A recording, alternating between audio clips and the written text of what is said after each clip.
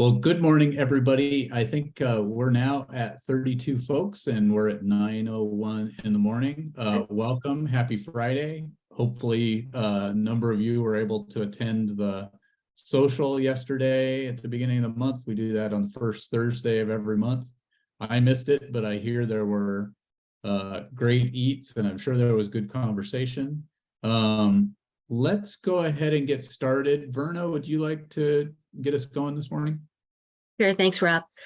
I switched halves of how Rosemary does it, and I'm doing the Zoom norms first.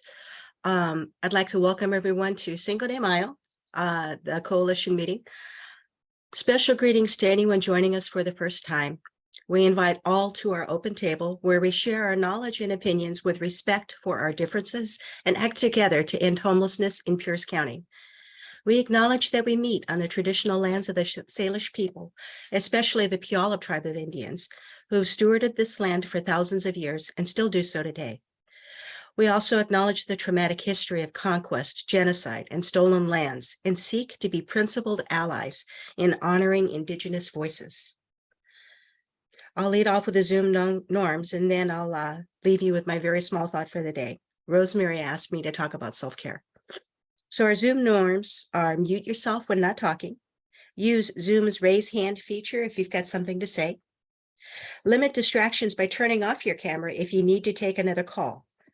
Our sessions are posted on YouTube and individual speakers will be visible at the time they speak.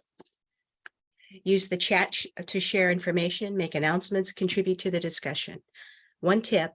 While the chat is safe for posting later, if you want to save the chat for immediate use, be sure to do that before our small breakout session so that you don't lose it. Community norms.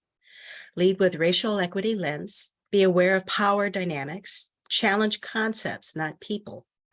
Listen to learn. One person speaks at a time. Speak from your own experience. Make space, take space. If you're talking too much, maybe give someone else a chance. If you've got something to say that hasn't been said yet, take your turn. Assume the best intentions and take responsibility for impact. Be aware of time and agenda. So those are our norms.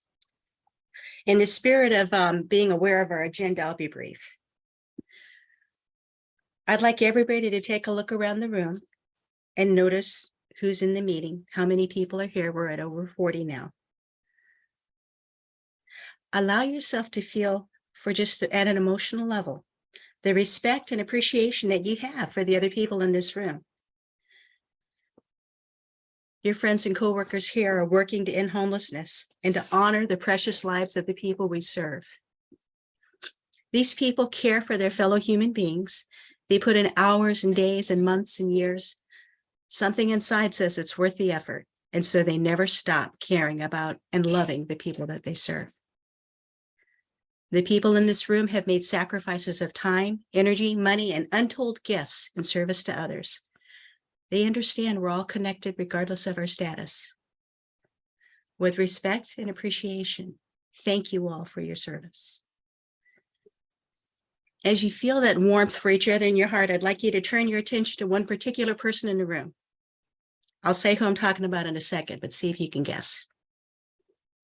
There are days when this person keeps working even when they don't feel much hope for progress, or when they're carrying the weight of a disappointment or an outrage at injustice.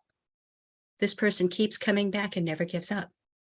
They know they're doing the most important work that they will ever do in their life, loving their fellow human beings.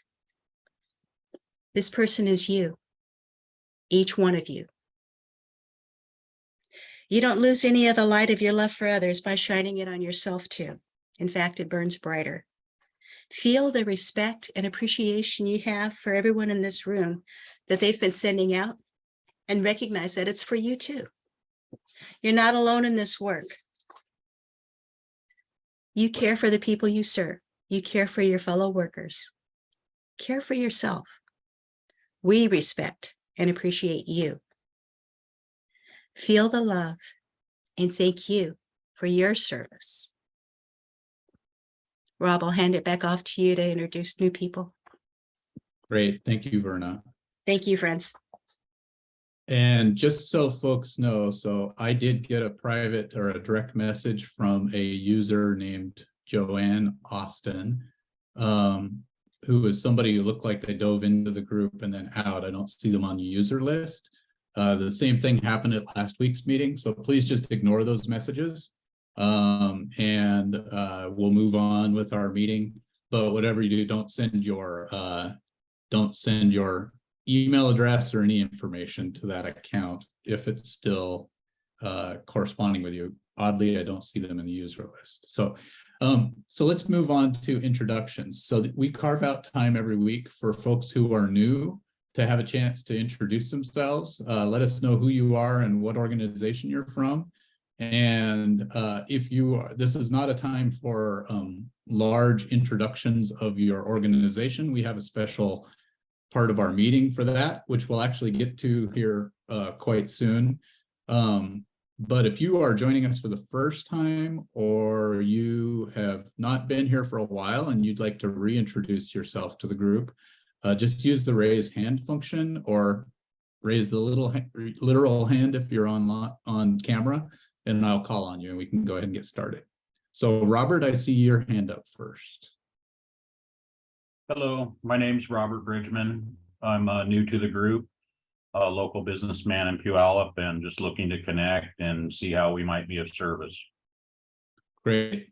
Thank you for joining us, Robert. You're welcome. Glad to be here.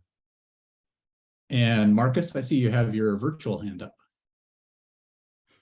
Good morning. I'm Marcus Radford with Tacoma Recovery Center and Multicultural Center.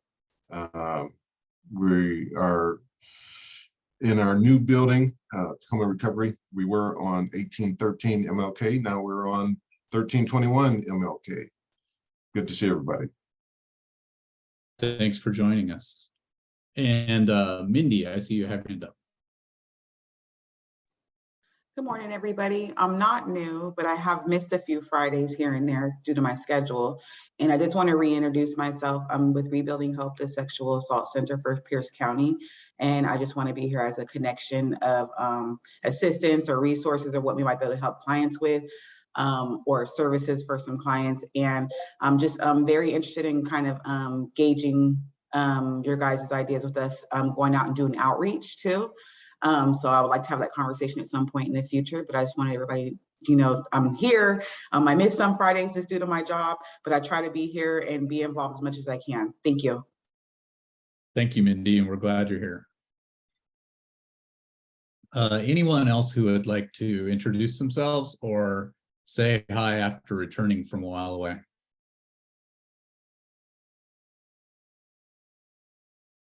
All right, so if you don't want to do that on camera or with your voice to the full group, you can also do that in the chat. So please use that.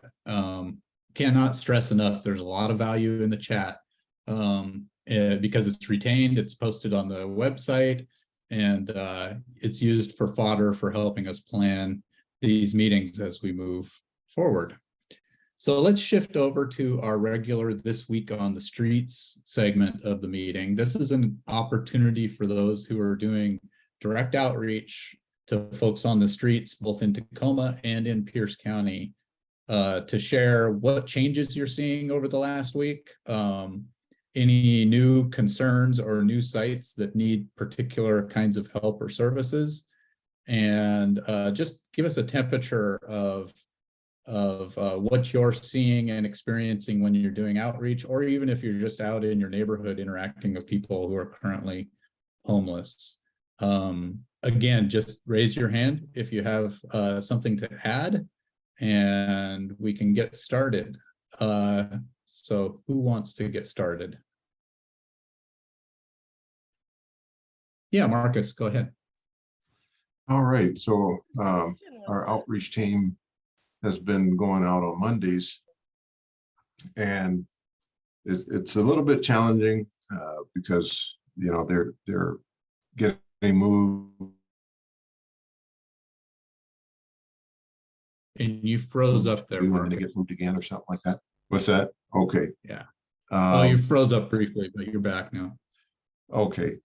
So a lot of the encampments are being moved quite frequently, which is making it difficult for us to do what we need to do.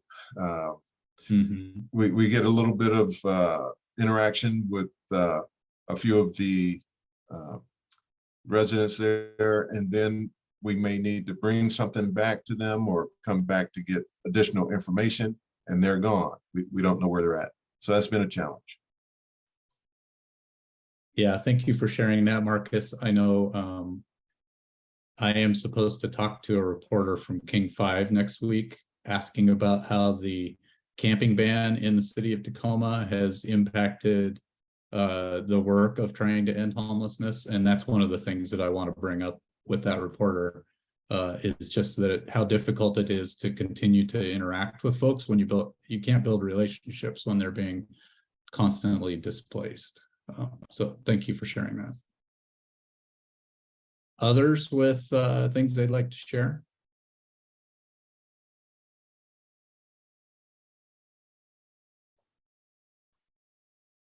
Jessica, what are you seeing in the areas outside Tacoma, down in the South End in particular?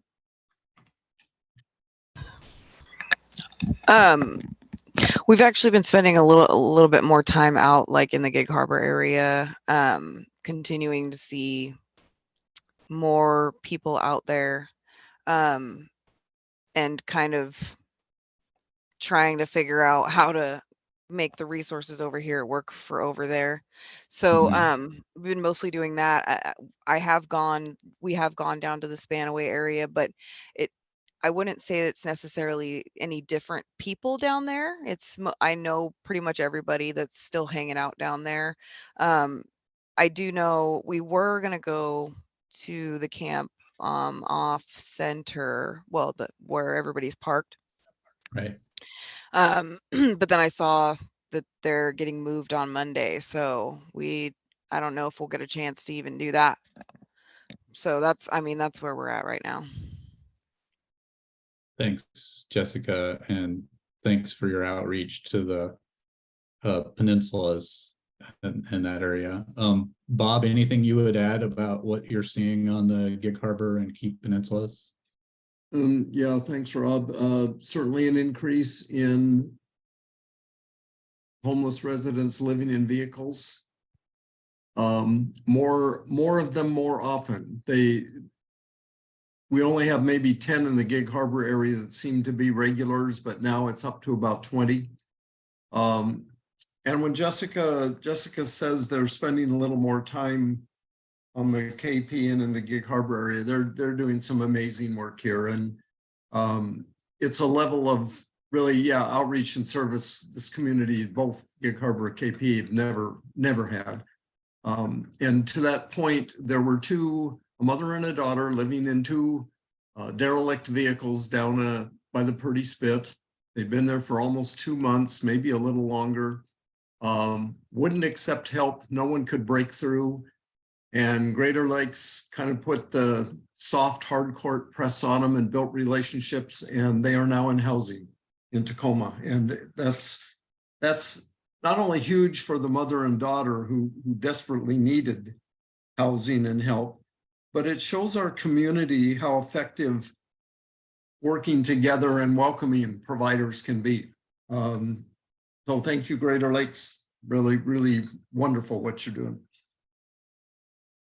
Thanks, Bob. Jay, what do you have to say? Can you guys hear me all right? I'm on my phone today. Yes, I can.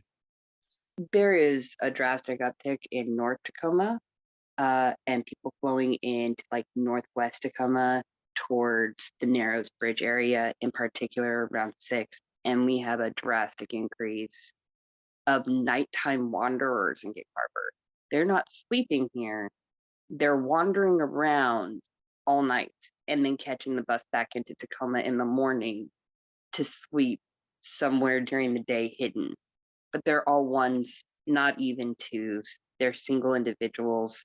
And like I go out walking around 11 and there are people all over the place. And at that point, the bus stopped running for 4 hours, 5 hours. So there is a drastic uptick of people moving around at night, and then going almost back to Tacoma for the daytime. Thanks, Jay. So there's been some mention of the Center Street park and ride across from Home Depot. And maybe a little bit of confused information about what has been posted and if people are being told they need to move by a certain time. Caleb, do you know if city staff is coordinating that, and has there been notice posted at the site? You know, I just sent a message out to the team just to get confirmation of that time. I think they posted for towing. I think so. They had, that was kind of hanging up the contract around with Bill's Towing to help vehicles that weren't able to be moved. So I don't know, but I can hopefully get it by 11 for you, or by 10, excuse me. Okay. Yeah. Thanks, Caleb. But either way, that notice that folks would be towed, but it'd be good to know what the timing is. Yeah, what I'll probably find out is when the posting is and when they're expecting to do the removal and outreach and stuff like that. Yeah. Thanks, Caleb, and thanks for keeping us informed. Others who have things that they would like to share regarding what they're seeing on the streets right now. We got a few more minutes for this segment before we move to our next item.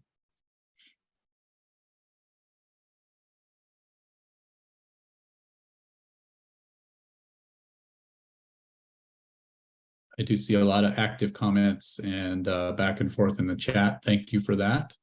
And I'm not going to belabor this. I will say, obviously, people are going to be struggling today with dousing. Yeah, Sarah, go ahead. Were you saying me? Yeah, I saw your hand go up. Yeah, I'm concerned about what I'm hearing on the news about all these shootings and that.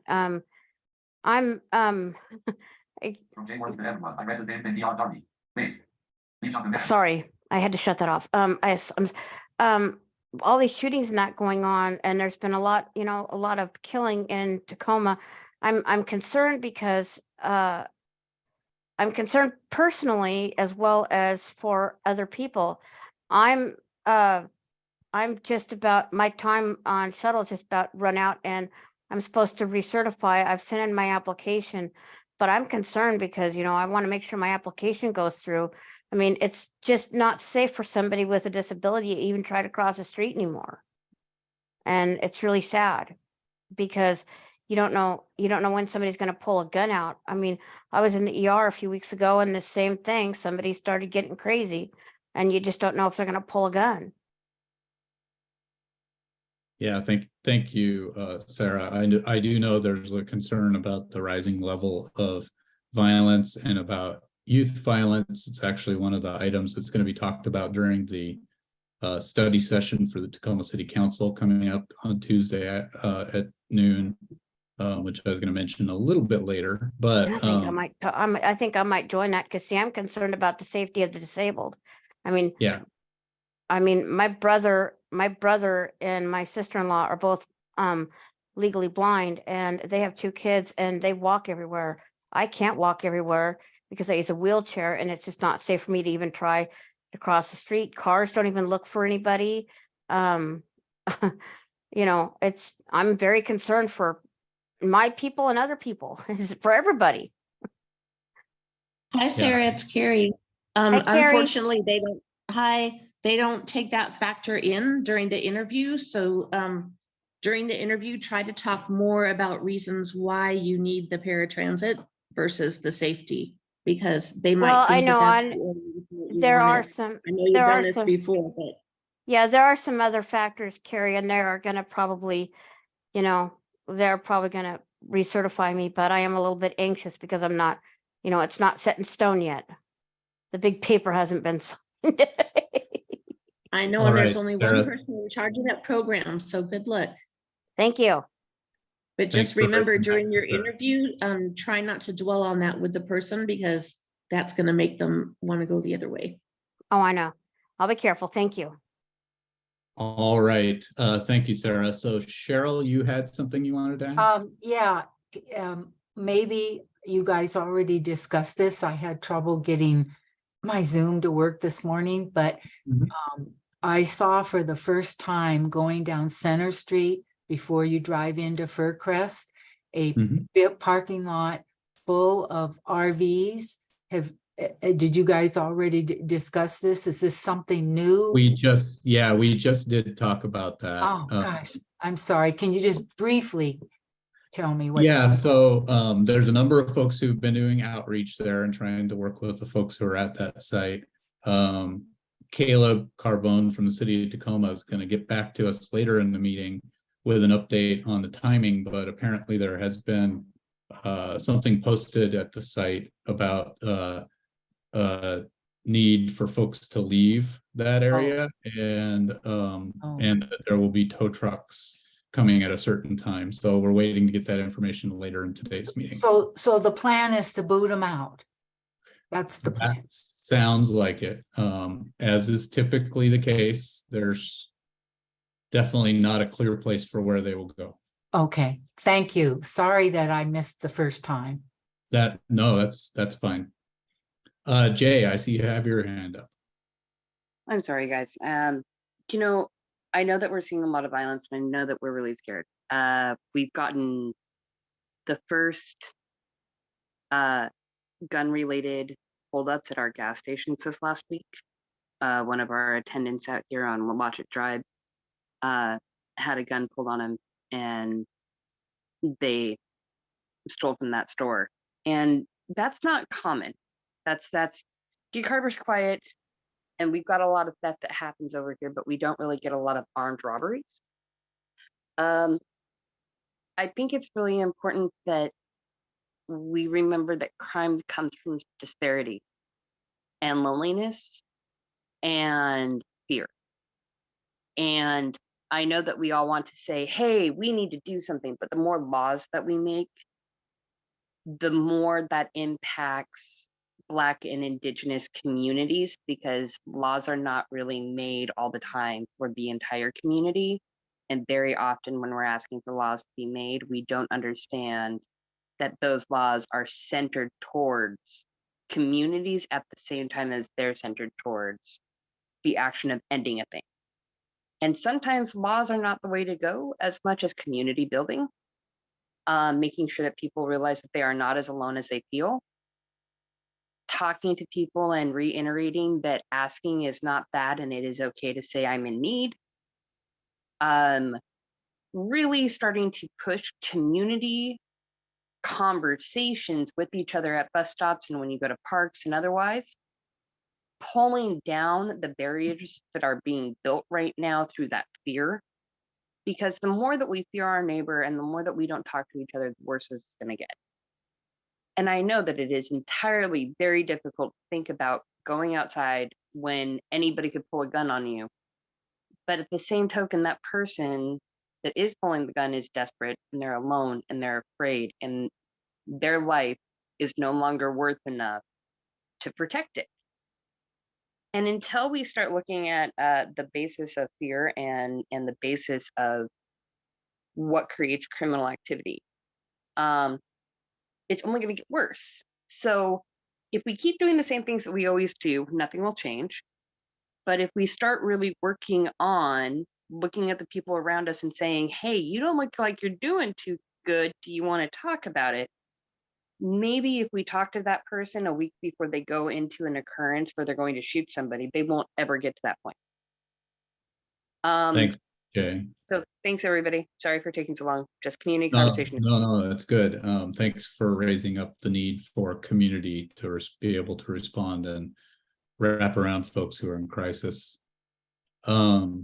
Patricia, and then we'll close out this section. I have a different take. No disrespect, Jay, but like the fact that homelessness is equaled with deviance is not correct. It's vocabulary theft.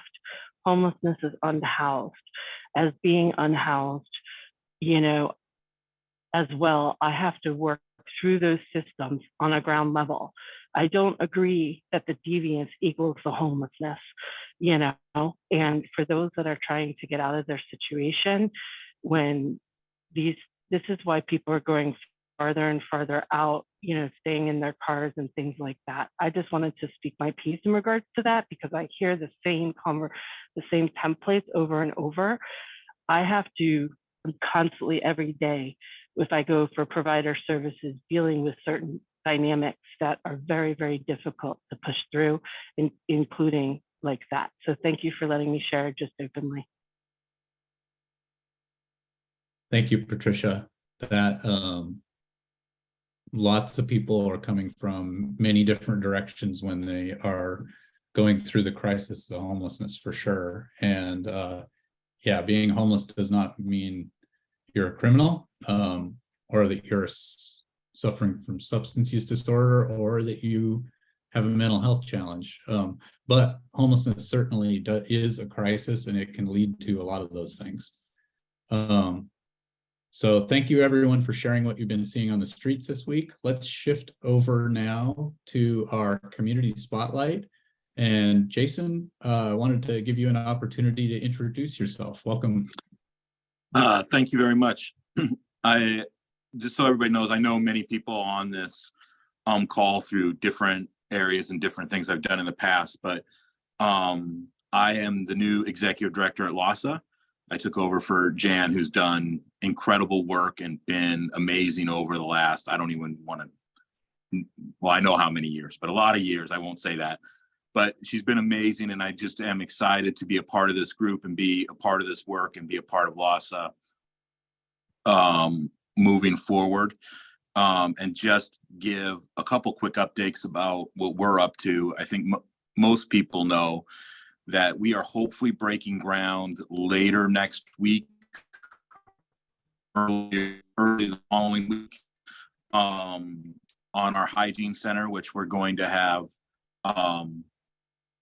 We're going to have 2 showers, 3 washers and dryers that those who are unhoused have the opportunity to come and use to get, you know, to shower, to get their clothes washed and that kind of thing. We hope to have that open sometime late July, early August, if everything goes well on that. So be looking forward to that. And then hopefully here in the next year or two, we are going to break ground on some affordable housing, 25 units that will be in Lakewood as well. And so those are the big projects we're working on besides some of the other stuff we normally do. And I should probably explain a little bit more about LASA as well, but we really work in 2 areas. One of them is we do have and own some affordable housing in the Lakewood and kind of outside Pierce County or outside of Tacoma, Pierce County, Spanaway, Parkland areas as well. So we do that. We also then provide services such as rapid rehousing, some emergency shelter, and do some work with permanent supportive housing as well. So we're both on the kind of landlord side and the services side. And I'm just excited to be here.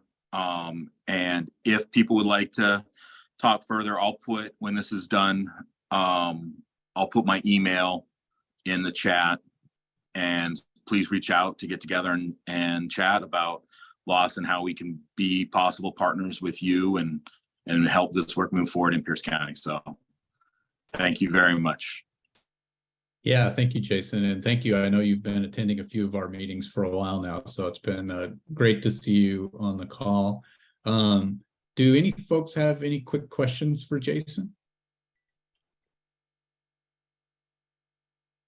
And you can always put questions in the chat as well. There's been quite a few folks thanking you for the work of LASA and your work in Lakewood. So, yeah, LASA, you know, don't thank me because I've been here 3 weeks. But the staff here and Jan here in LASA has done a lot of great work, and it's one of the reasons why I'm excited to be a part of it now. Awesome. Jan, I see you have your hand up. Jason, the politics of the city of Lakewood are not necessarily friendly to those who are unsheltered. Does the city police or the council have a relationship with LASA that will be not as antagonistic as their public facing report? So that's what I hear, right? I think that one, they have been very friendly in terms of financial support of LASA and what we do. And so especially the affordable housing that we're building, they're putting a significant part of their budget towards that. So that is fabulous.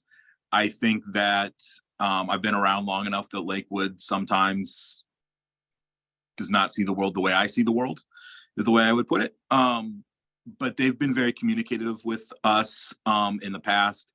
They've reached out to have conversations about things. And so I think, you know, my deep 3 weeks of experience is they start out a little harder on some stuff and ease into it as they go, or it gets a little easier on it. And so, you know, they're looking at some things and some about permanent supportive housing and transitional housing, some rules around that. Where they are now is in a much better shape than where they started. So I think they're willing to listen and work with us and work with providers as we move forward. But it's going to take some work too. It's going to take some education and some work. Thank you, Jason. There are a couple of questions in chat. One from Dr. Jarvie about rental assistance and whether LASA is still currently doing rental assistance. We are not. So we closed out our rental assistance on the last day of April. So we are currently applying for a couple funding sources to add to that as well moving forward. But for right now, we're out of that. Okay, great. And then Patricia just asked if you could give a little bit of your background, what brought you to this work? Yeah, so some of you may know me for the 16 years before this, I was at Tacoma Community House in the Reach Center, basically on the programmatic side doing things. And so been in this work a long time, especially with youth and young adults experiencing homelessness at Reach, doing that work. And it just came time I was ready for something different after a while. And so just excited to be here in this role now. Well, thank you for joining us and for taking questions, and appreciate working with you moving forward. Hope you'll continue attending these meetings when you can. I will. Awesome. Carol, you had a question as well. I see you have a hand up. Yes. Jason, will the Hygiene Center also have any kind of hospitality area where unhoused people can find some place to be during the day? Yeah, so we're going to have some computer stations. We're also going to have hygiene products. And quite frankly, we're going to see how things go, right? I assume what we do on day 1 is not what we'll do on day 90 and probably not what we'll do on year 3. But it's going to be a little bit flexible and adaptable to see what works best for the community that does that, that uses that resource. And so we're going to have, like I said, we're going to have the washers and the dryers, the showers. We're going to have some computer access, and we are going to remodel part of our building to be more of a flexible space that others can use as well. Thank you. All right. Thank you again, Jason. Thank you. All right, so let me shift over to talk about advocacy a little bit. I will lean on others on the call who may have some additional pieces of information they want to share. But typically what I try to do in the advocacy updates, now that we are out of the time of the legislative session, well, at least for a couple of weeks, I guess first thing I can say is many of you may have seen that the governor has called for a special session to start up in Olympia on May 16th, specifically focused on trying to get the legislature to agree on statewide regulations for drug possession. This is because the temporary legislation that's in place related to the aftermath of the Blake decision the regulations that are in place right now end in July, and the legislature failed to pass statewide guidance on the issue during the regular session before it wrapped up on April 23rd. It fell apart at the last minute.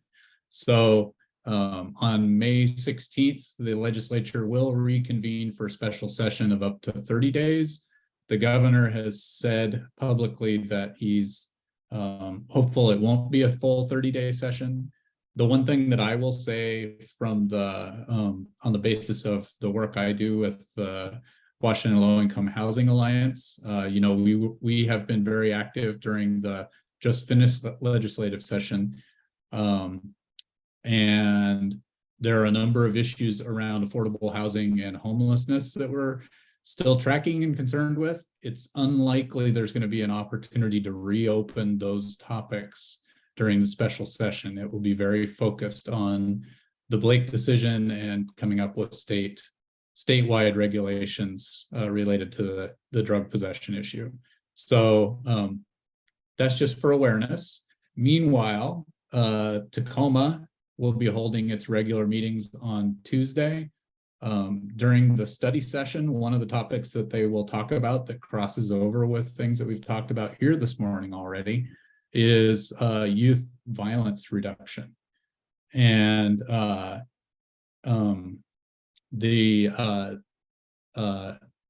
study session happens at noon. There's no opportunity for the public to comment during that session, but there is an opportunity to listen in, hear what your council members, if you live in Tacoma, are saying about the issue of youth violence prevention, and inform yourself. Because on Tuesday night, there's another opportunity to speak to the full city council at Community Forum. Community Forum is an opportunity for folks to make comment on any issues that can come before the city council. So that includes everything that we talk about here around affordable housing and homelessness, and your take on what sweeps mean for the outreach that we're doing to folks who are living on the streets, and how the camping ban is impacting the community at large. So that's an opportunity there. I did want to mention that the advisory board for the Pierce County Comprehensive Plan to End Homelessness will meet this afternoon from 1 to 3. Again, that's another opportunity to, if you want to listen in and make public comment at the end. That meeting will provide some short updates on progress for the comprehensive plan, some updates on the Pierce County Village project, which you may have seen was in the news yesterday because of land use concerns with the project and its location, and an opportunity just to hear what the advisory board is talking about for moving the comprehensive plan forward. The focus of today's meeting, the majority of the meeting, is going to be focused on racial equity and allyship. And so there'll be an opportunity to listen in about the advisory board and how they're trying to center racial equity and talk about being good allies as well. Sally, anything at the county level that you would bring up? Their agendas for next week aren't out yet, so it's a little bit hard to tell. They come out Friday at 3, so no more later this afternoon.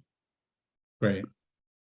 And one thing I did want to mention in passing, I know it came up in the notes that we're going to talk about here briefly in a moment, looking back at, Robert, yes, that meeting is a virtual meeting. It's on Zoom, and I will post the link to the page for the Pierce County Comprehensive Plan to End Homelessness. It has the page includes both updates about the work around the comprehensive plan, as well as the link to join that meeting this afternoon at 1. So yeah, the meeting is virtual. Let's see, Sarah, I see you have your hand up.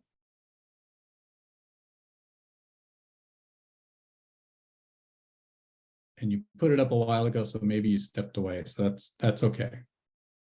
Step away. Can you hear me now? I can. Okay, I've been asked to attend a meeting this afternoon for the state pharmacy board to make prescriptions not only accessible for people who are blind, but also for people with language barriers, like people that can't speak English or speak different languages and need their prescriptions translated. So I'm going to be at that meeting this afternoon. It starts at noon. The accessibility portion of it starts at noon, and I'll be representing the Washington Council of the Blind, but I will also make the point that, it does need to be accessible, not just for the blind, but also for language barriers. And I'm actually going to contact Senator Trudeau about that later on. If not today, I'll call her next week. Thank you, Sarah. Anyone else with quick advocacy items they want to bring up before we move on to the review of last week's breakout? All right, so let's shift over to that, and I will hand it over to Timothy. All righty, all ready for you. Okay. So last week we talked about outcomes from the legislative session, how it impacts our work, and issues that we're concerned about. And not being the sort of people to dwell upon good news, we kind of passed over that lightly, but it was called out that eviction defense and pre-eviction legal services were fully funded. And we're all happy to see that, because they do such an outstanding job with the money that they get on that. And that we're, of course, excited about the increases in pay for frontline workers. There were some questions about how that's going to be distributed and who it's going to affect most. And it was noted that that was a big lived experience coalition priority, and that folks there were really happy to see that. Moving into problems that we're having, issues that we're having with the legislative session, things we would have liked to have seen, disappointments. We begin with a couple reminders of the obvious, that we need more resources for older fixed income people, that the lack of action is going to be the downfall of our communities. We knew that. There were some expressions of dismay with the legislative outcomes, that, it shouldn't be this hard, but it is. We would have liked to have seen more in eviction prevention funding. Obviously, really disappointed with the outcome on the document recording fee thing, some concerns about what that's going to mean to coordinated entry, some thoughts about how we need more sustainable funding, and that maybe part of the 10th of a percent tax can help cover the deficits from the document recording fee. There was some work that was some successes around tenants issues, but not a whole lot. And obviously that's a huge disappointment. There was a lot of discussion about the implications of, how progressive tax reform just did not fare well this session at all, and frustration around that. And what else? Moving into kind of the miscellaneous section, we start with some homely folk wisdom there. And again, an exhortation to please speak English so that people can understand what it is we're so upset about. A lot of discussion around who needs to be the priority for funding and that sort of thing. It's one of those things that we love to talk about here. coming back to concerns around the lack of progress around tenants issues. And again, this comes up all the time, real concern around rental requirements and screening criteria and how that is impacting people and driving the rental crisis. Not driving the rental crisis, but a huge area of impact. And then some fascinating work that the League of Women Voters is doing, and a reminder of how important that decision-making around comprehensive planning is going to be, and wanting folks to get involved in that. And then, of course, we have the notes and resource list, which you may peruse at your leisure. Thank you. Thank you, Timothy. Yeah, and thanks for pulling together our disparate thoughts and trains of thought during that conversation. And we may face a similar thing with today's conversation. So that's what we want to do here between now and 10 is go into breakout conversations. And this one's a little bit selfish on my part. So you may know at the end of every one of these meetings that we have a small group of us that helps plan for upcoming meetings of the coalition. And that small group, I love everyone who has the ability to be able to stay on and do that planning.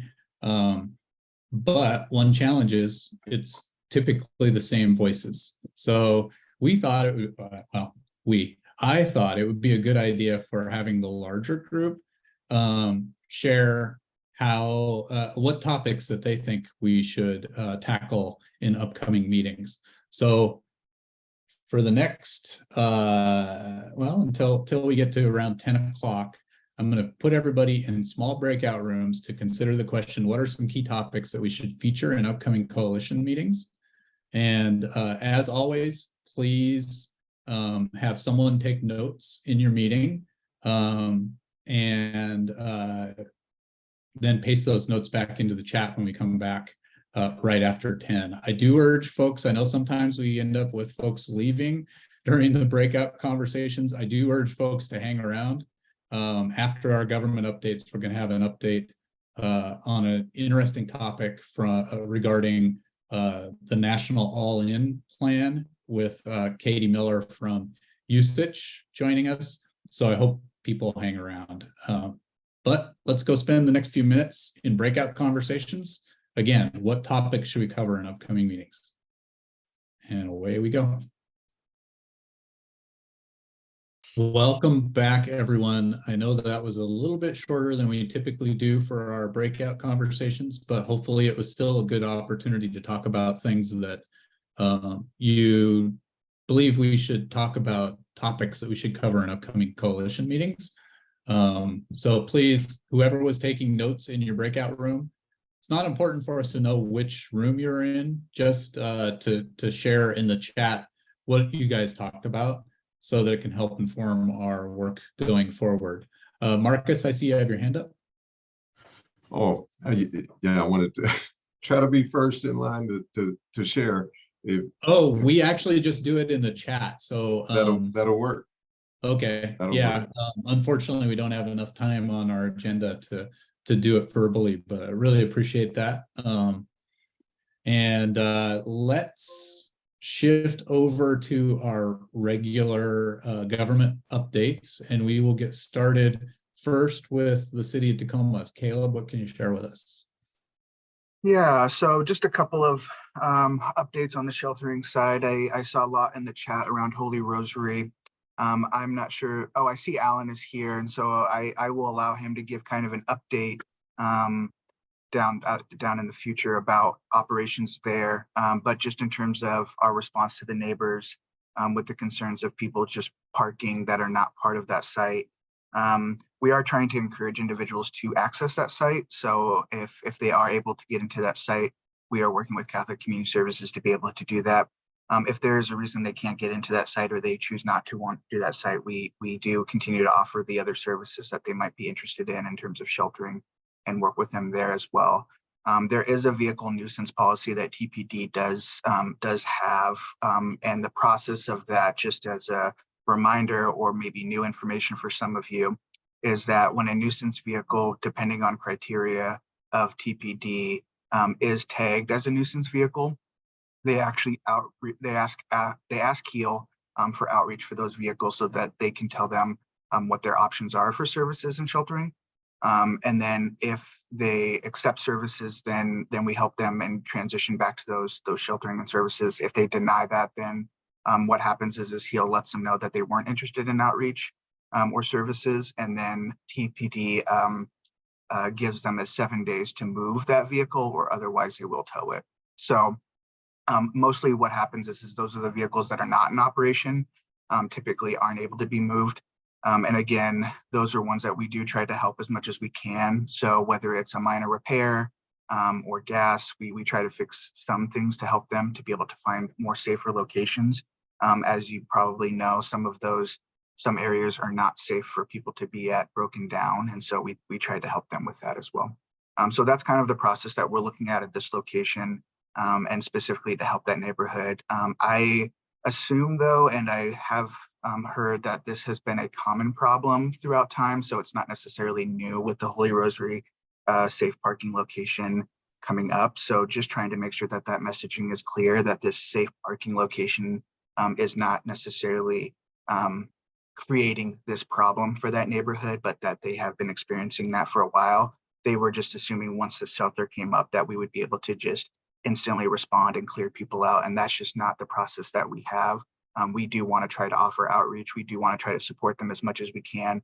Just because they are unhoused doesn't mean that they don't deserve those same rights. So that's what we're working on that regards.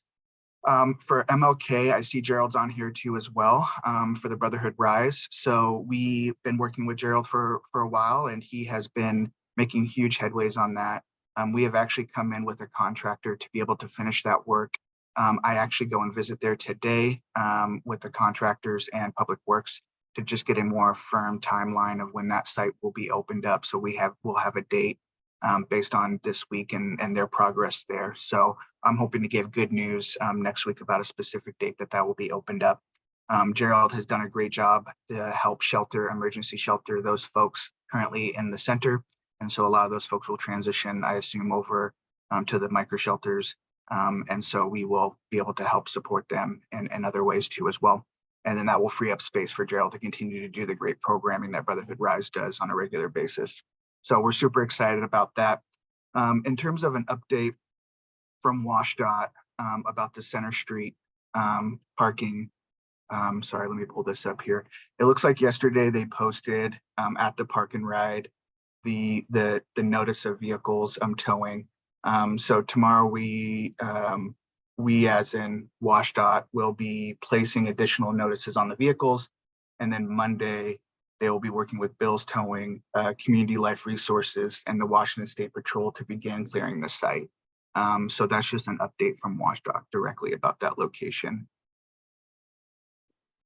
Thanks, Caleb, and thanks for clarifying that it's actually WashDOT doing that that particular sweep.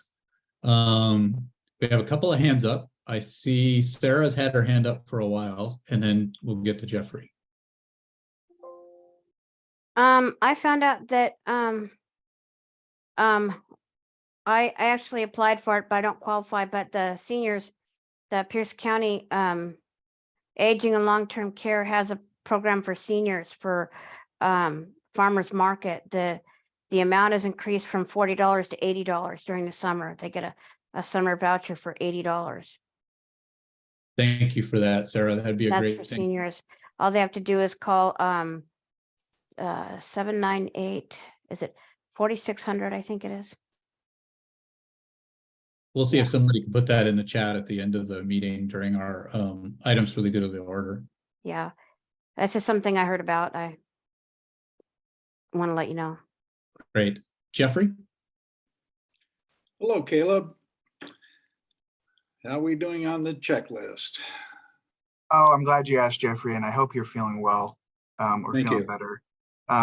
So one thing, so right now it is in that MCO PDS triangulation of just making sure everybody is good before we release that. Again, as I mentioned, nothing has changed in terms of the content that we have discussed. So I'm super encouraged by that.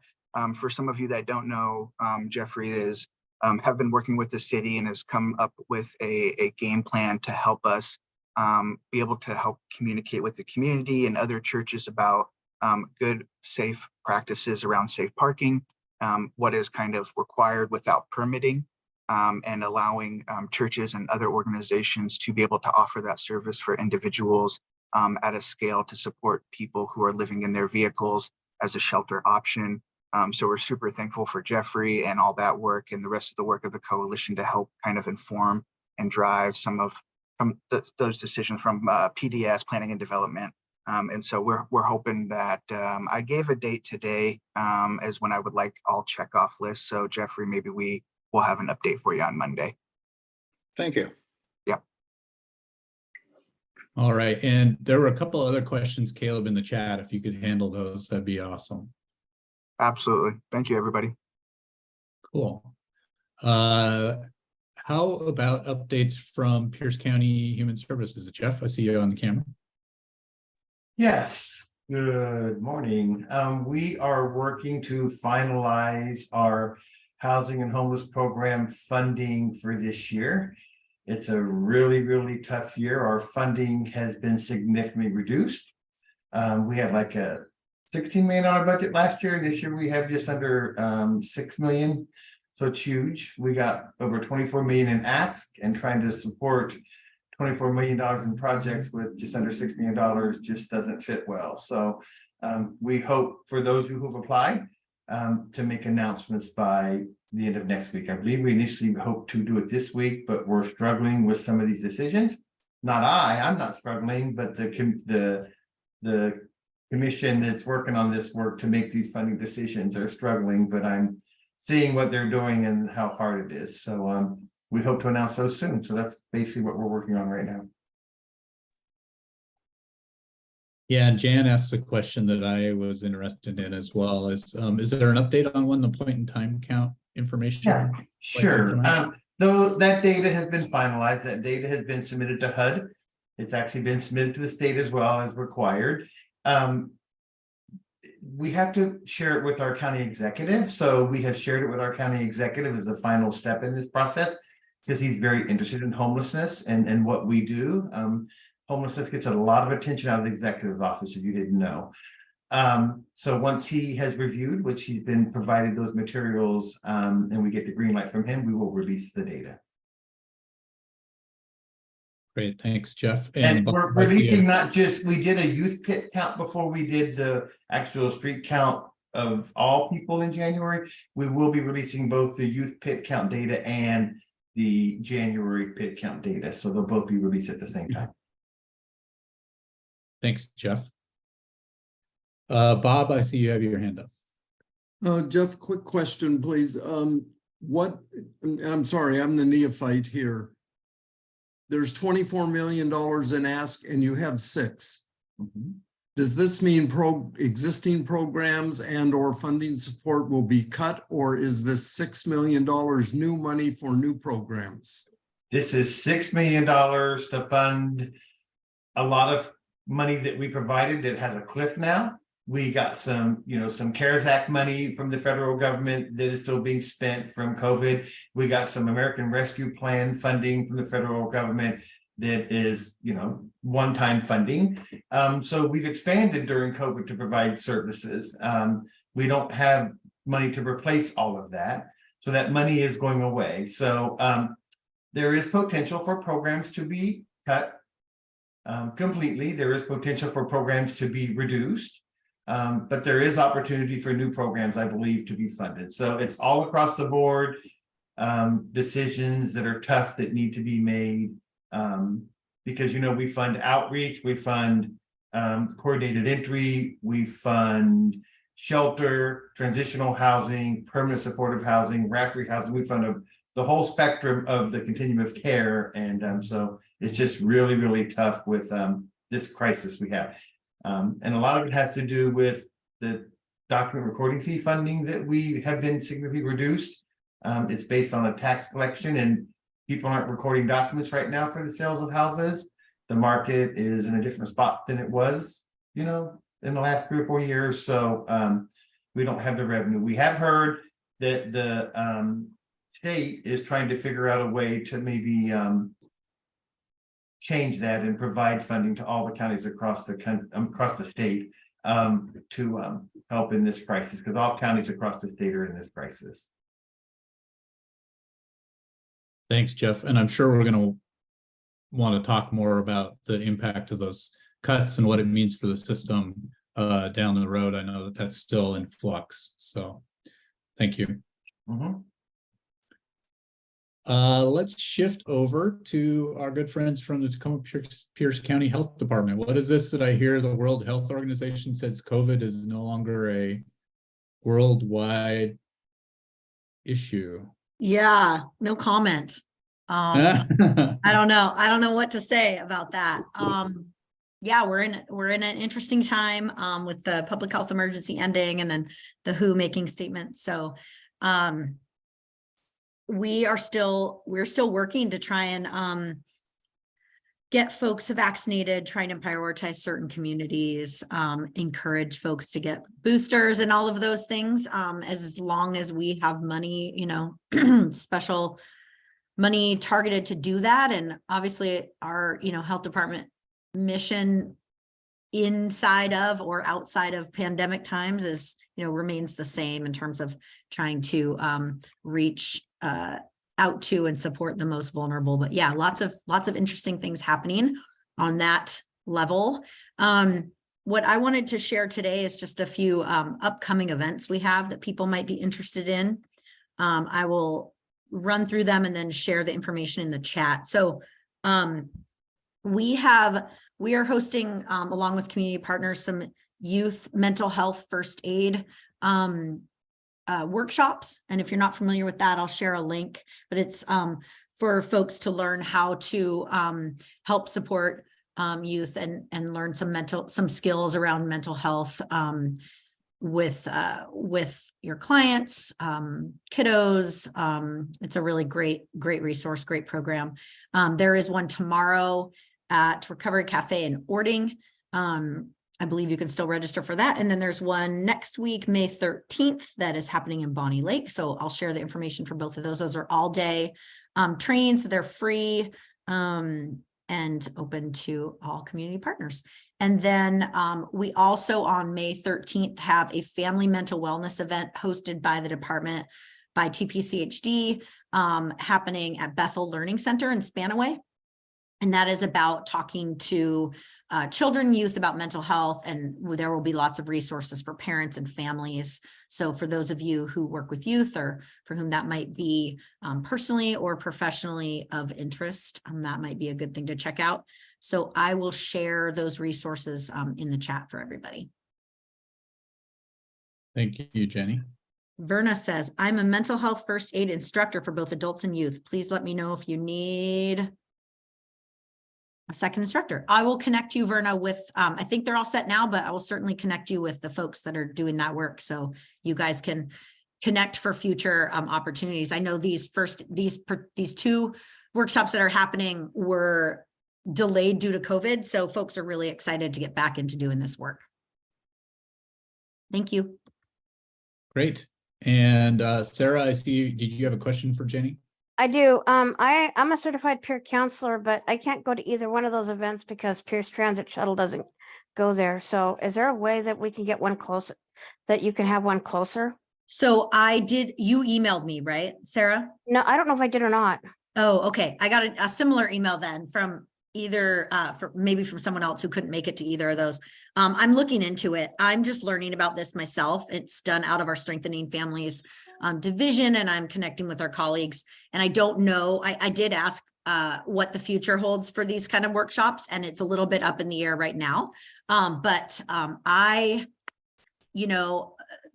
what I can say is that since I am a person who comes to this group and presents, and I send out a monthly newsletter that has these opportunities in it, I will kind of keep my ear out for future opportunities and make sure and share it with this group. Yeah, I'd appreciate it. If you're not already on my mailing list, Isaiah and I work on a monthly newsletter that goes out to lots and lots of folks, that has information from the department that includes communicable disease, my area, environmental health, and then we try to include events like this. So the one that just went out, folks should have received it yesterday. It has this list of events, and so I will continue to try and.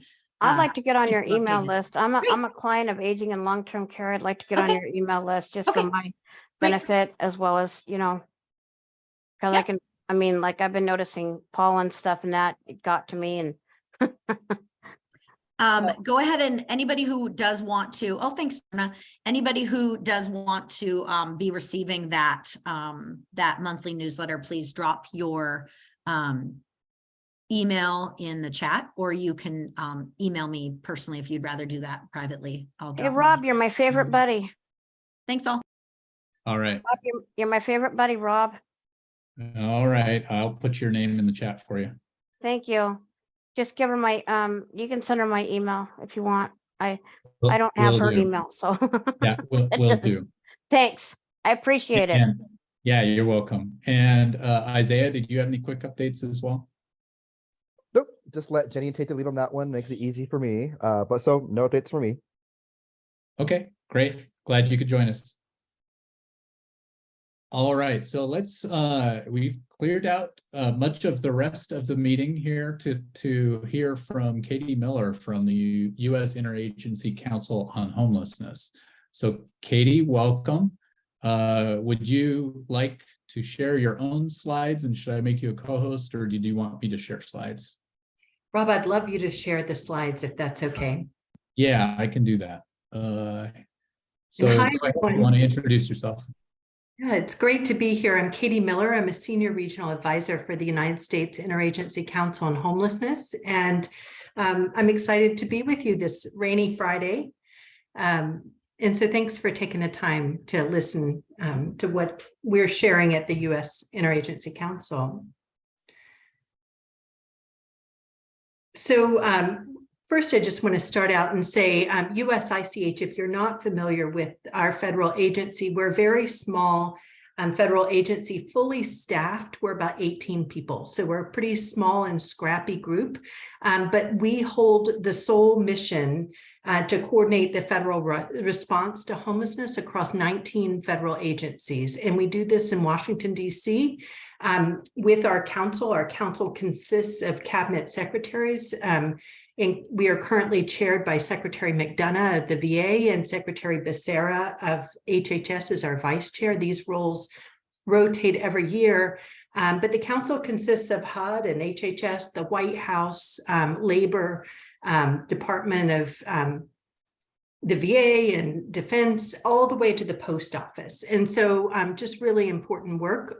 What drives this work at the federal level is a federal strategic plan. And so we are excited to release this plan. Each administration tends to release their own version of a plan. So I'm sure you have heard about federal plans in the past. We feel that this plan really builds off of what we've learned and from previous plans, and really our hope is to drive the work forward.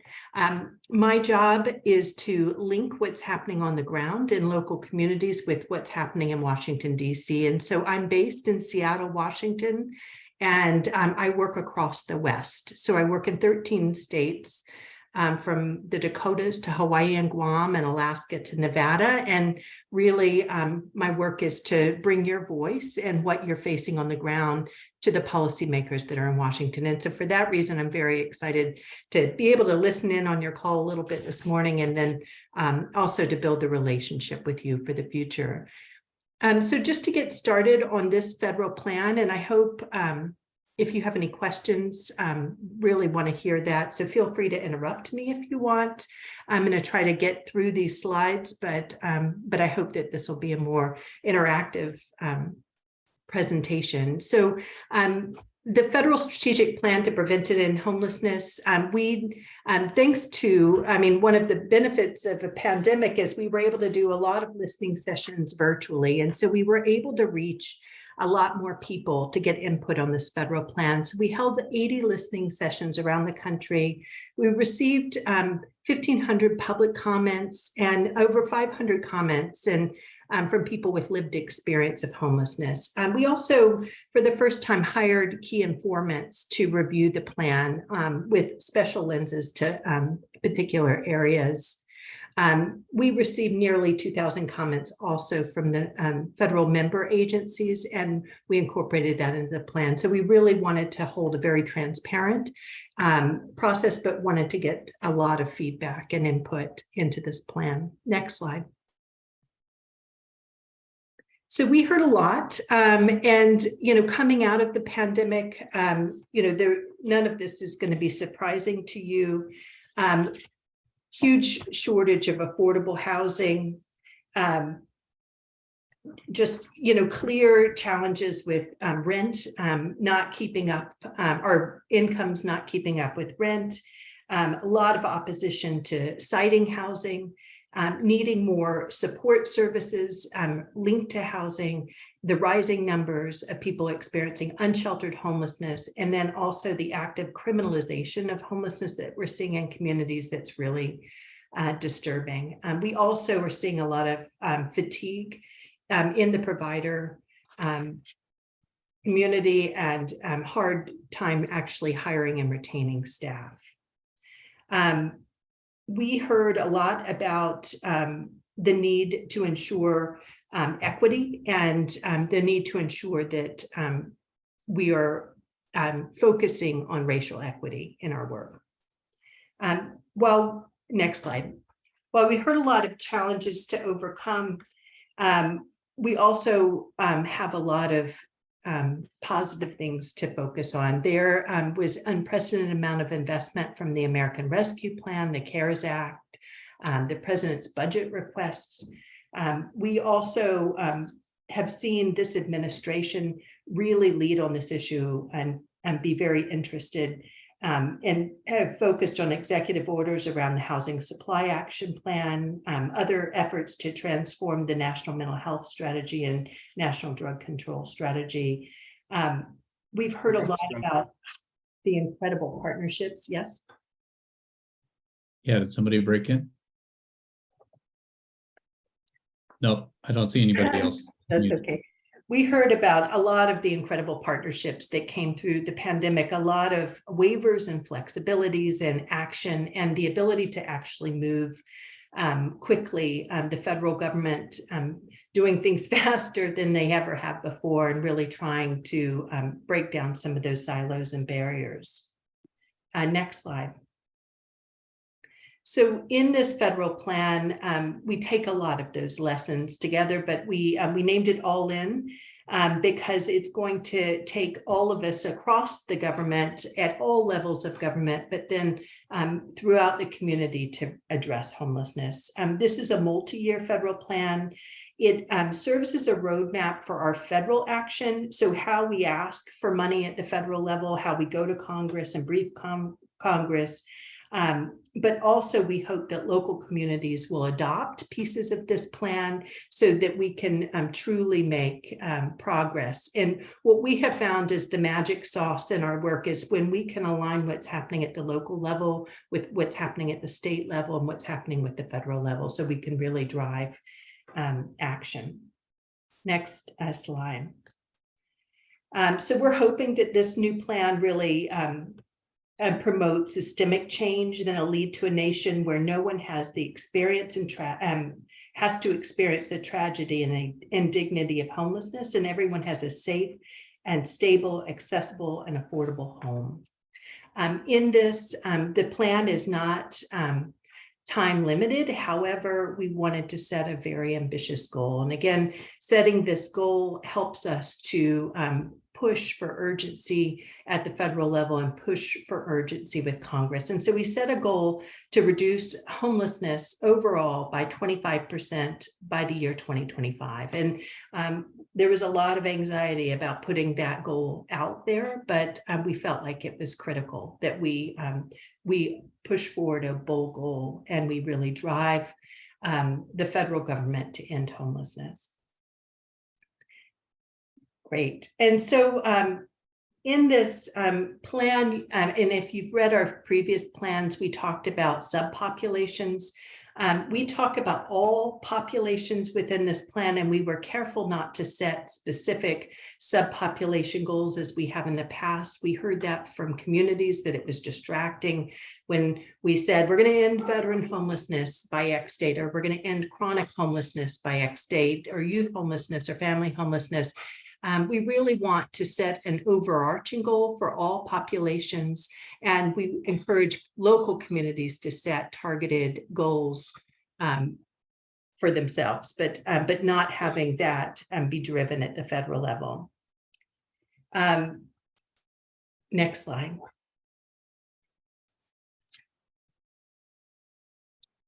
So there are in this plan, and just one more comment about that. So we talk about that overall goal is targeted universalism. So we're really ensuring that there's a universal reduction goal.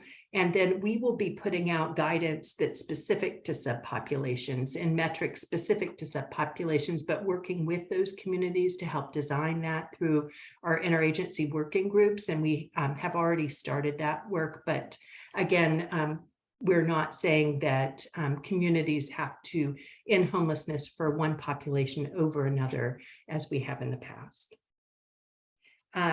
So in the plan, there are 6 pillars.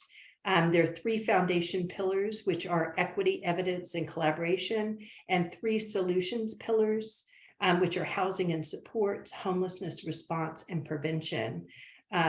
All of these 6 pillars are nearly 30 strategies and 180 actions that the federal government will pursue to facilitate increased access to housing, economic security, health, and stability. Next slide. And there are a couple questions for you in the chat. Oh, good. I have a hard time multitasking, so feel free to read. I can raise them up for you real quickly. That'd be So great. one of them is, does the 25% reduction goal take into account the influx into homelessness, especially given the ending of one-time funding and the need for funding?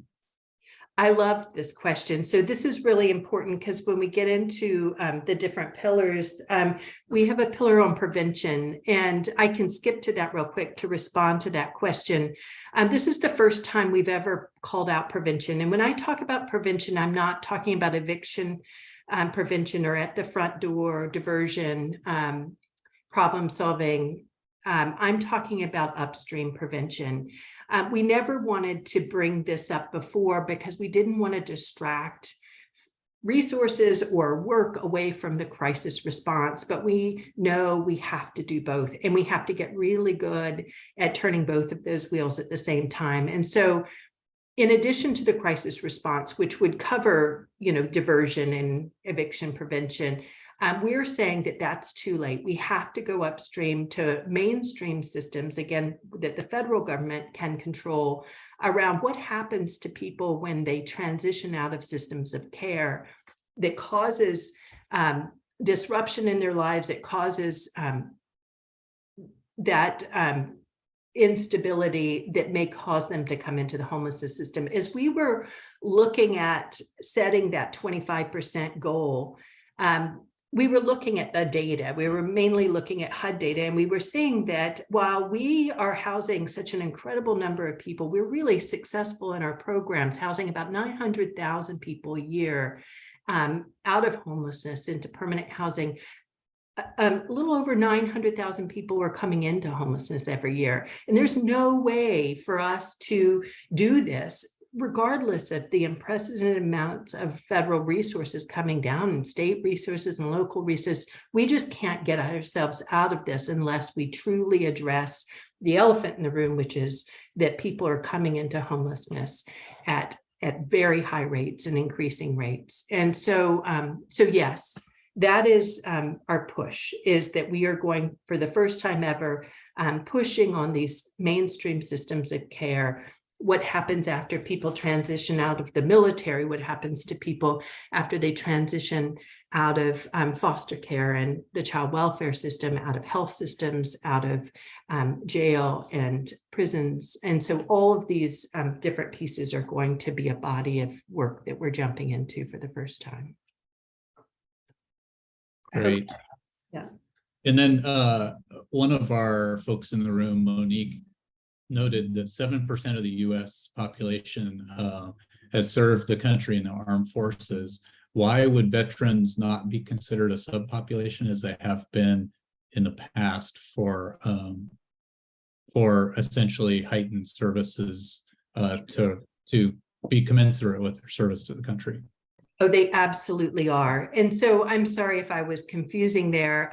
We absolutely are focused on veterans, but I want to be clear that we're also focused on all populations. And so there is a huge amount of work happening around veteran homelessness. Our current chair is Secretary McDonough from the VA, and he's very serious about this. And so that work is happening, that investment is happening.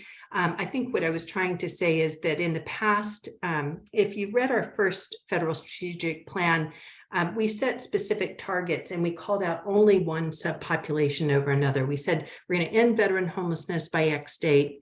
And then we're going to move on and we're going to end chronic homelessness by X date. And then we're going to move on. And that was really hard for communities because communities are in different places. You know, resources are in different places. The populations in communities are different, rural versus urban. And so we stopped that and said, really, we need to focus on all the populations at the same time. And so, yes, veterans are absolutely a priority and continue to be a priority along with the other populations. Thank you, Katie. And go ahead. There are other questions and chatter in the chat, but Sure. We can raise those up here soon. Great. So next slide. Sure. So in the foundation pillars, they're focused on how we do the work of ending homelessness to ensure accountability, authenticity, inclusion, and evidence. The first pillar is lead with equity. The impacts of systemic racism and discrimination have resulted in some groups, especially people of color, people with disabilities, and LGBTQ people to be disproportionately impacted by homelessness. We know that to change this, we must be intentional. So that we ensure that federal efforts to prevent and end homelessness promote and advance equity. We want to examine barriers to compensating people with lived experience and change policies that have intentionally or unintentionally perpetuated disparities. An example of an action we'll pursue is enforcing the equal access rule that disproportionately affects LGBTQ folks. We will prioritize the use of data and evidence to inform decision-making and policy development. This will involve strengthening the federal government's capacity to collect, use, and share data, while also working to build state and local capacity. Examples of actions within this pillar include working to remove real barriers to sharing data while issuing guidance on perceived barriers. We are going to be developing a federal research agenda for the first time. We are also increasing state and local capacity to ensure accurate counts of people experiencing unsheltered homelessness, especially unaccompanied minors, youth, and young adults and families, by leveraging existing federal resources such as the AmeriCorps volunteers. Engaging in efforts to identify more effective ways to collect data on subpopulations that are historically undercounted. And then also our last pillar is the collaborating at all levels. Ending homelessness will take all of us. And so we want to ensure that we're working across the federal government, public and private organizations, philanthropy, faith-based organizations, working from all sectors to implement the strategies in the plan. We also want to work very hard to combat the harmful narratives that are impacting public perception and this support these efforts. I mean, part of what you all are seeing and what we are seeing is that, especially around unsheltered homelessness, some of the anger that is coming out in community and the very harmful narratives around homelessness are impacting and policy that's being created. We're seeing some very negative policies coming in some states around criminalizing people who are experiencing homelessness. So we're very concerned about that. Next slide. The solutions pillars are focused on strategies and solutions needed to end homelessness. They go hand in hand with the foundation pillars. It starts with scaling housing and supports to meet demand. We believe that housing first is key to ending homelessness. However, we also have to ensure that the needed support services are there for people if and when they need them. We want to increase the supply of affordable housing as well. We want to ensure that the federal government is doing a better job pairing services with housing. So we've seen great success around the VASH program, where we very focused efforts around pairing housing vouchers and subsidies with services. That did not really come to bear with the other funding at the federal level, and we want to have a much more intentional focus on that going forward. We want more peer-led work on and really around the evidence-based housing and service delivery models, such as harm reduction. Increase the supply of permanent supportive housing for individuals and families with complex service needs. We want to improve effectiveness of rapid rehousing for individuals and families. Invest in peer-led housing and service models like recovery coaches for substance use disorders, peer specialists in mental health conditions, and youth mentors, staff with lived experience in youth programs. We also want to make sure we're continuing to improve the effectiveness of our homelessness response system. This one really hones in on what we consider targeted, focused homelessness response efforts. We have a great emphasis on unsheltered homelessness, but we also want to examine policies related to coordinated entry, increasing the availability and access of low barrier shelter, especially non-congregate shelter, looking at program rules and policies that may unintentionally create barriers for those with the highest level of need to access the available programs. We want to improve and provide more guidance, technical assistance, and training for emergency shelter operators, including faith-based, family-focused, youth-focused, and domestic violence shelters. We're going to be evaluating and updating shelter rules, structure, and operations to low barrier model that is more accessible and supportive of the needs of people, and providing housing-focused services and integrating healthcare and support services into the provision of non-congregate shelter for families and children. The last pillar, which I mentioned already, is preventing homelessness. And again, just to be really clear, this is the upstream prevention. It's not at the shelter door. The at the shelter door is under that crisis response pillar. So really in this, looking at our bench at the federal government and making sure that the targeted homelessness programs and systems that impact these groups are not causing homelessness. We want to strengthen cross-system partnerships, expand upon existing initiatives and programs that target youth individuals and families who have current or prior involvement with publicly funded institutions and systems. We want to pursue executive actions, legislative amendments, and policy changes around eligibility and other definitions that limit access to programs.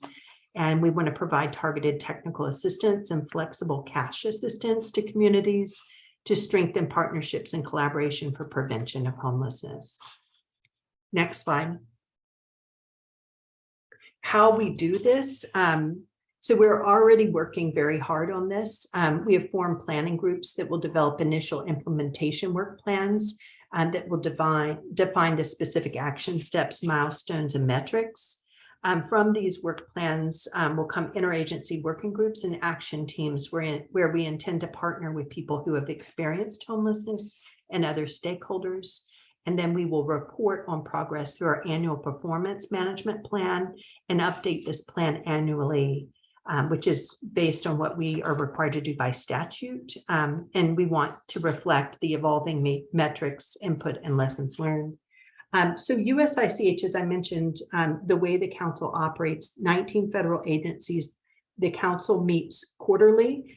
Between those quarterly meetings, high-level federal agency staff are meeting in these interagency working groups. And so to implement the plan, we've set up working groups related to the pillars and to the specific actions. So each of those council meetings really is showing the progress and driving the work of the federal plan. Next slide. So how we will measure the progress,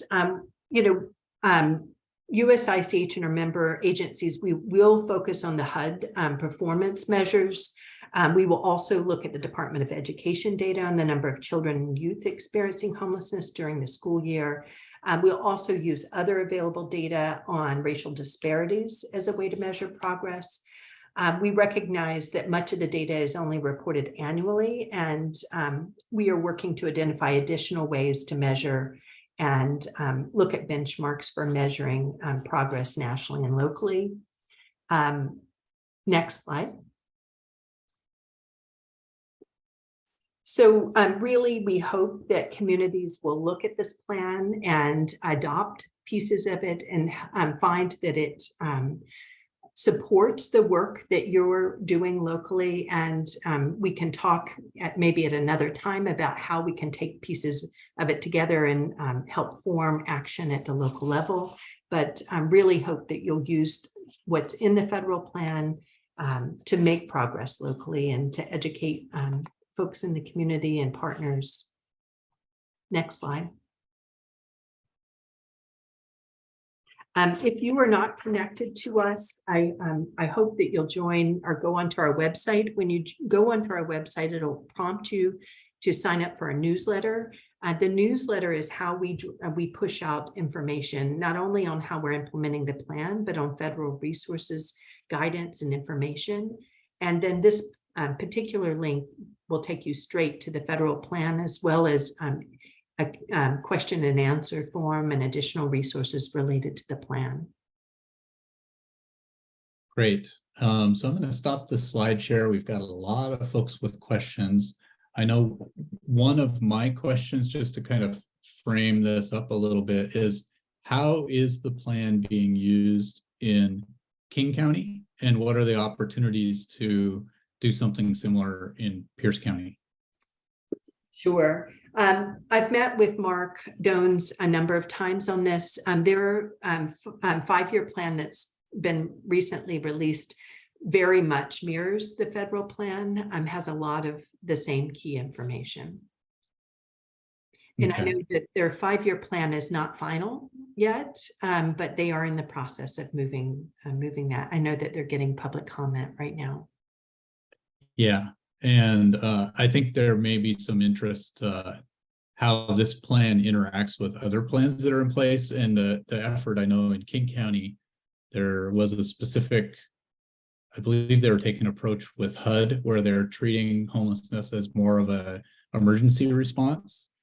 And I don't know if that is moving the numbers or not. But it's one of the things that may be a difference between how King County is approaching the issue and what we're seeing here locally. So I'd love to talk a minute about that. So they are, I think their overall response, I don't know if it, so they're using the command center TA, and this is a HUD TA that you all can request through the HUD portal. It's not widespread. HUD's ability to push out this TA is they're building up that capacity, but communities are asking for it right now.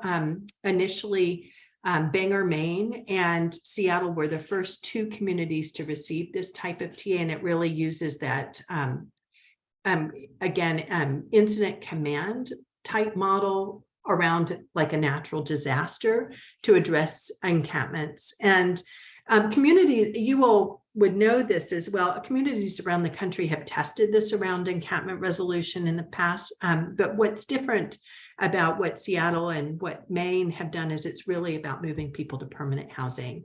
And so not just about resolving an encampment, but really about helping people move on. Mhm. And so we're really excited about that, and we hope to grow and expand that model. There was a request from Courtney if I could show the solutions slide again. So I'm going to put that on screen here. And And Rob, Courtney, did you you're have a question on welcome. that? You're welcome to share the whole slide deck if that's. And I will drop that in the chat when we get done here. Go ahead, Courtney.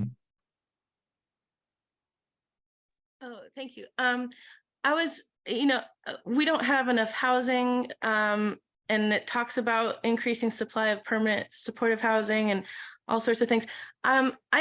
Is there any discussion about a massive social housing program? Because if we maintain a profit motive in low income housing,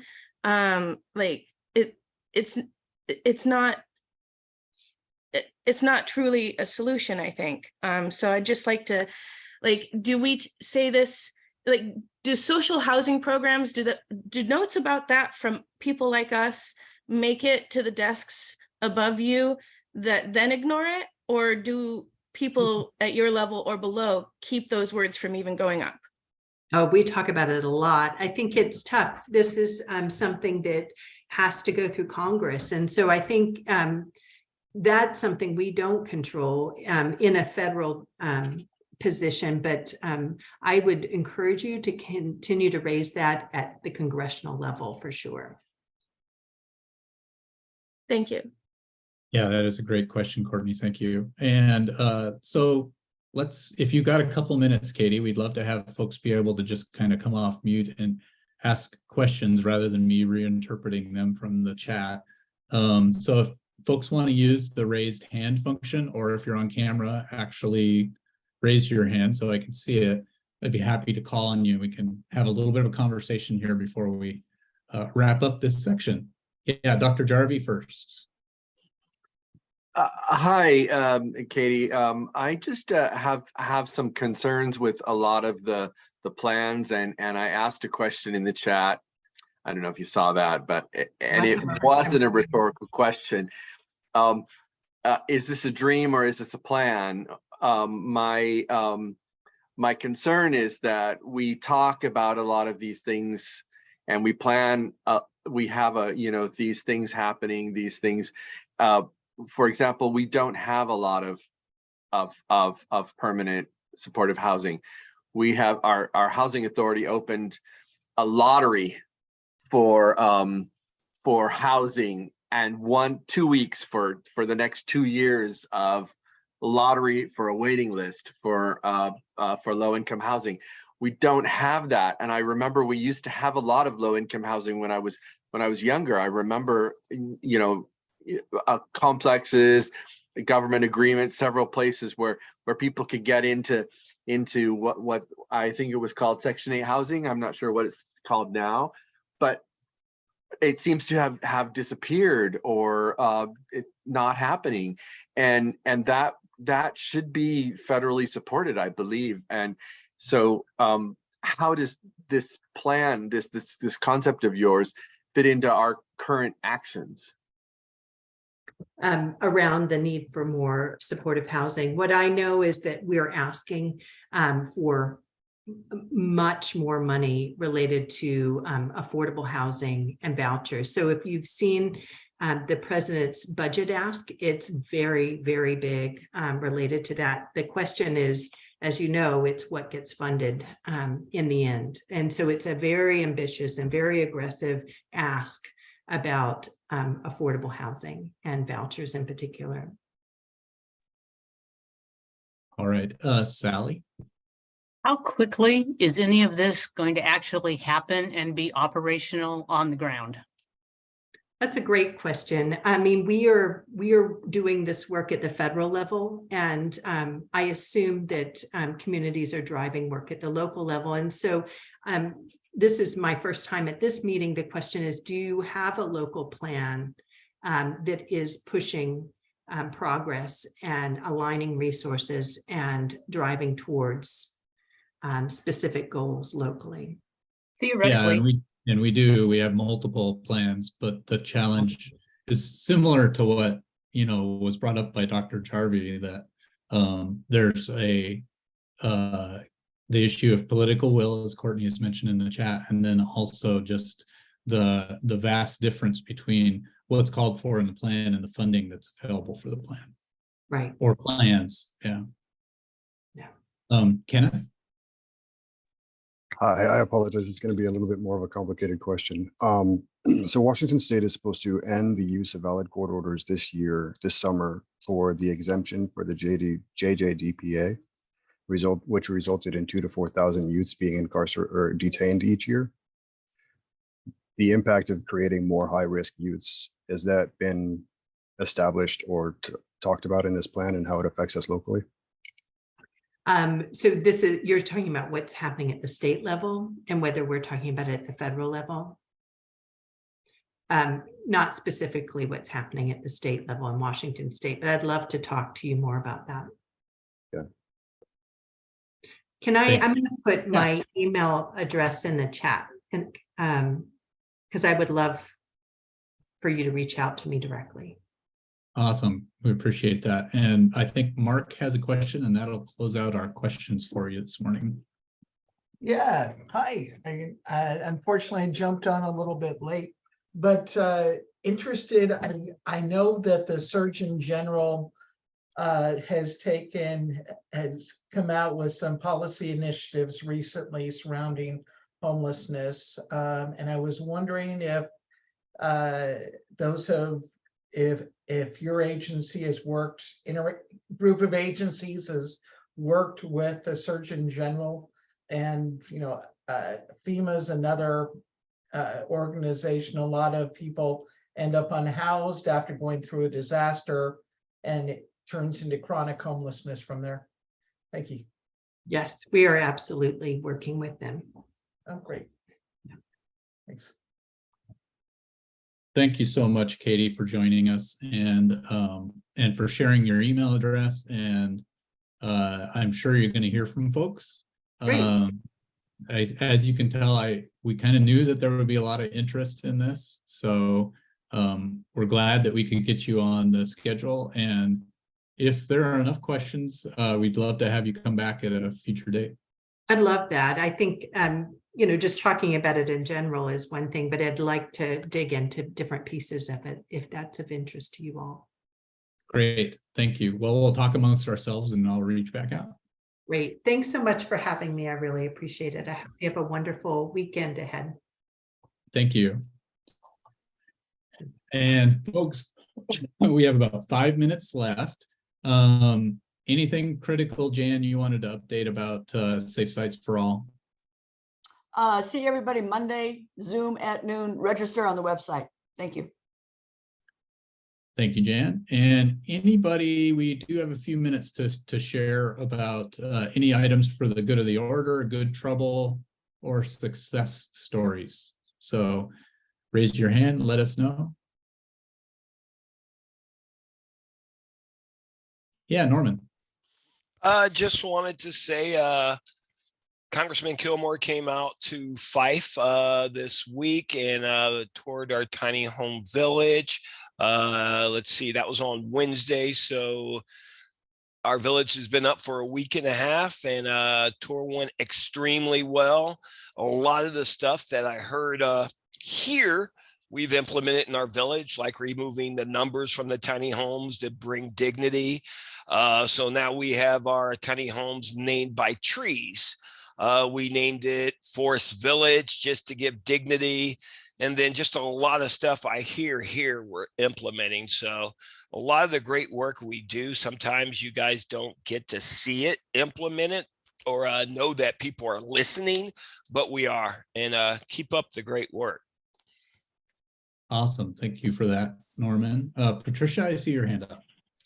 I just wanted to let all the providers know, and anybody that works with consumers, there's many reviews happening, including the review with Apple Health will happen yearly. as well as the food stamps. So you might want to make sure that the consumers are aware so that they don't lose their benefit accordingly. Thank you. Thank you for that reminder, Patricia. And Mark, your hand's up. Is that still up from earlier, or did you have something to add? No, up from earlier. Sorry about that. No problem. How about you, Carrie?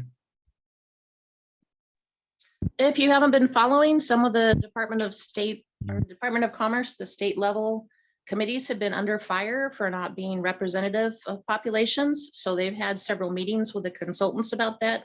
They should be available online for anybody wanting a deeper dive on that. But both those committees pertain to housing, including the one I serve on, which is the new permanent supportive housing. So that might be something that people might want to follow if they're interested in the state level and how those decisions are being made. Thank you, Carrie. And just to close us out, I did want to offer that reminder again about the advisory board meeting for the comprehensive plan to end homelessness this afternoon. I have not been able to completely follow it in my email, but it sounds like the agenda may shift around a little bit to talk more about the impacts of funding cuts and funding availability for programs in the county. So I don't know for sure that the agenda is going to change for this afternoon's meeting at 1 yet, but it may, and I'm sure it would be of interest to folks if you have the capacity to join. And we are at 10:59. I will offer my reminder, if you have an interest in helping plan the upcoming meetings, we'll have a group of us hanging out here as the meeting closes down.